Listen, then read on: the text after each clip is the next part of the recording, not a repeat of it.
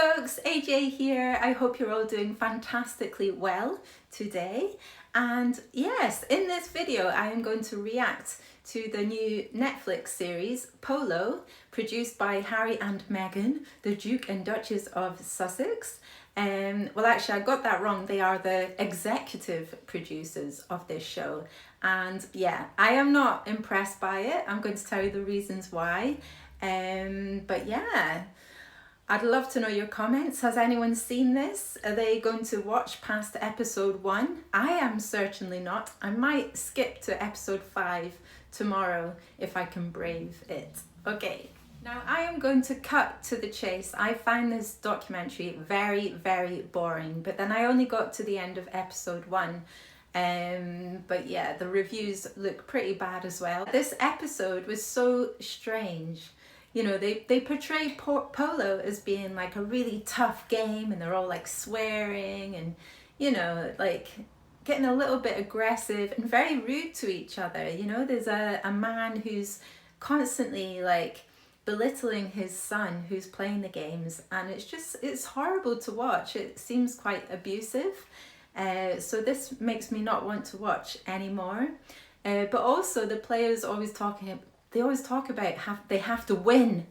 You know, we have to win at all costs. And that's why we get along, because I could see that he wanted to win too. And like, we just want to win, and let's crank it up to 11. Like, what sports person doesn't want to win? Like, I find this really repetitive. But the whole vibe of this episode just left me thinking, I really do not want to watch anymore. It reminded me of The Real Housewives, or whatever that program is, or Made in Chelsea. You know, these reality programs that are based around, you know, rich people, how they live. And that's fair enough, but I have no interest to watch programs like this.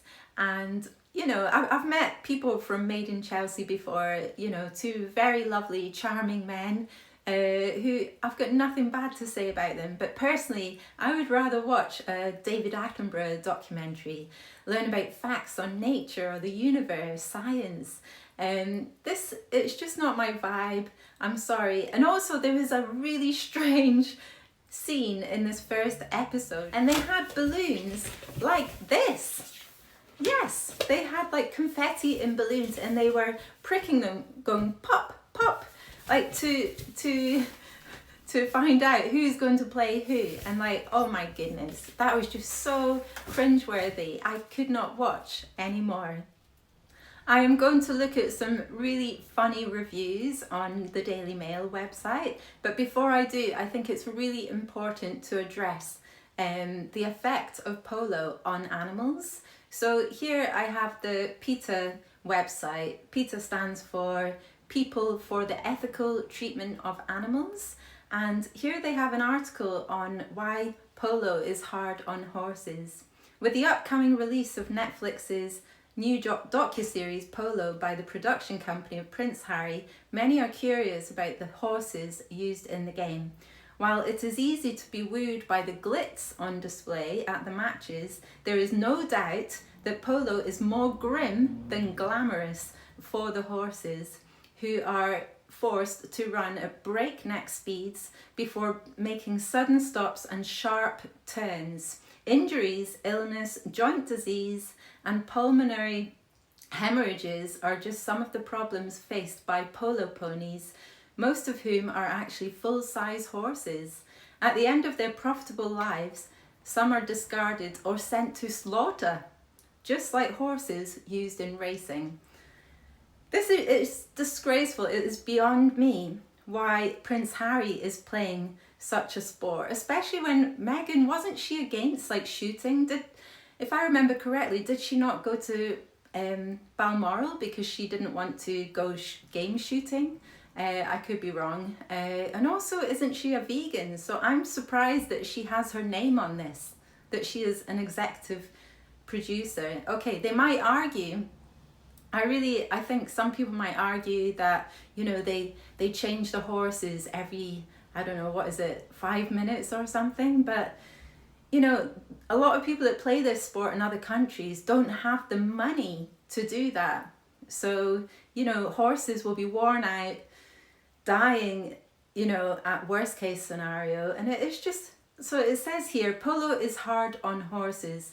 Polo originated in 600 BC Tibet. Now we have some history. This is what I wanted to learn in the docu-series, like some history of the sport polo. But yeah, PETA say this on their website. So yeah, and it was brought to the UK by British soldiers. Like most ball games, the aim is to get the ball into the goal. This is done by smacking it with a long mallet.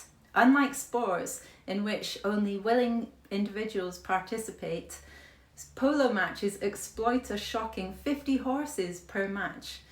The astonishing toll is this high-speed, full-contact game takes on the animals' bodies means they have to be subbed out every few minutes. These poor animals. It breaks my heart, honestly, it does. While some wealthy teams and riders may have enough horses to rotate the animals frequently to allow for adequate rest and recovery, many do not. And that's my point here. You know, they're normalizing it, and it's not good for like polo being played in other countries where they don't have the money to, you know, to rotate the animals frequently enough so they don't sustain horrible injuries. Polo is often played in extremely hot climates like Argentina, India, the United Arab Emirates, and the southern United States, exasperating the animals' fatigue and making horses susceptible to heat exhaustion or even heat stroke. Injuries are common. Often referred to as fast and furious, polo requires unnaturally speedy pivots on a hard playing surface with the average horse running a combined distance of 1 mile during a single 7-minute round called a chukka.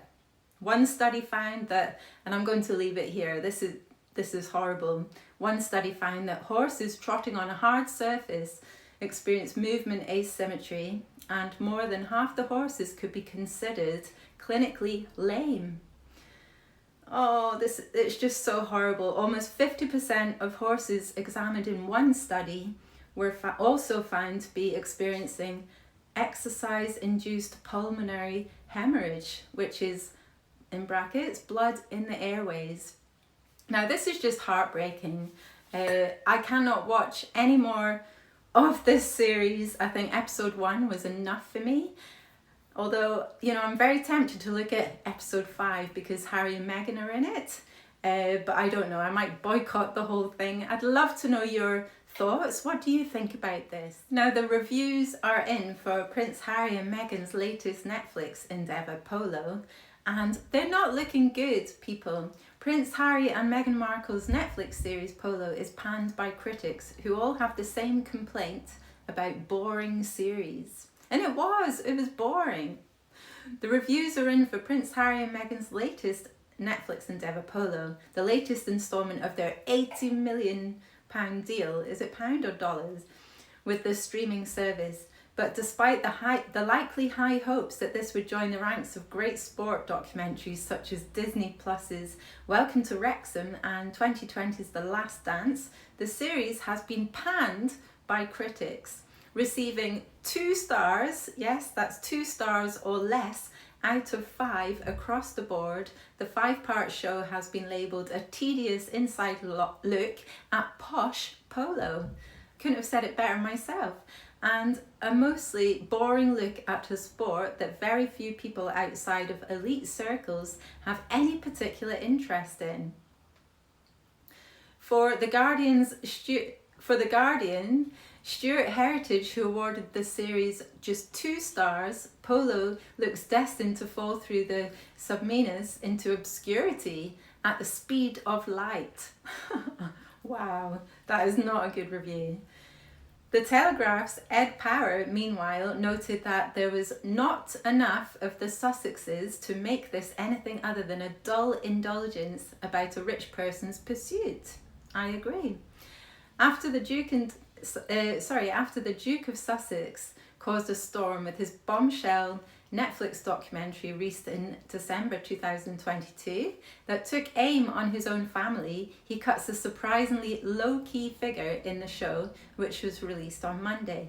The Prince 40 only appears a handful of times throughout the 5 episodes, with his wife Meghan 43 appearing even less, despite both being executive producers of the series. Yeah, blah blah blah.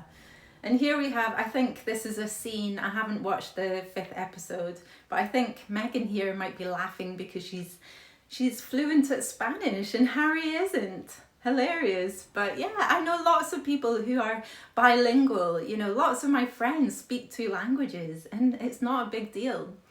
But yeah, let's look at these reviews. So The Telegraph, 2-star review by Ed Power.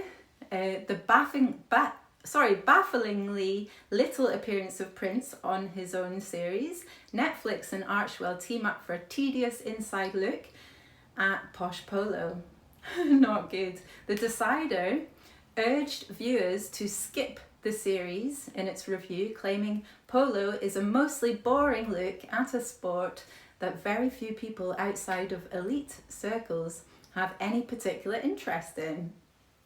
Critic Joel Keller insisted the first episode was tough to connect with because it presents a world that not only isn't very relatable to most people, but is boring to boot. That seems to be what everyone is saying. It's boring, and it is. The Guardian, oh my goodness, okay. The Guardian labelled polo the stupidest, most obnoxious sport known to humanity and a playground of the rich. Yeah, okay. And my goodness, I wish I could go back to the PETA website right now, because there was something on there. They said, why don't sportswomen as well, instead of using horses or ponies, why don't they use sedgeways? You know, like go around on a sedgeway. Like that would be so much better for animals. What do you think? I'd love to know your thoughts. And thank you so much for watching. Please don't forget to like and subscribe. And I'll see you again soon. Big kiss.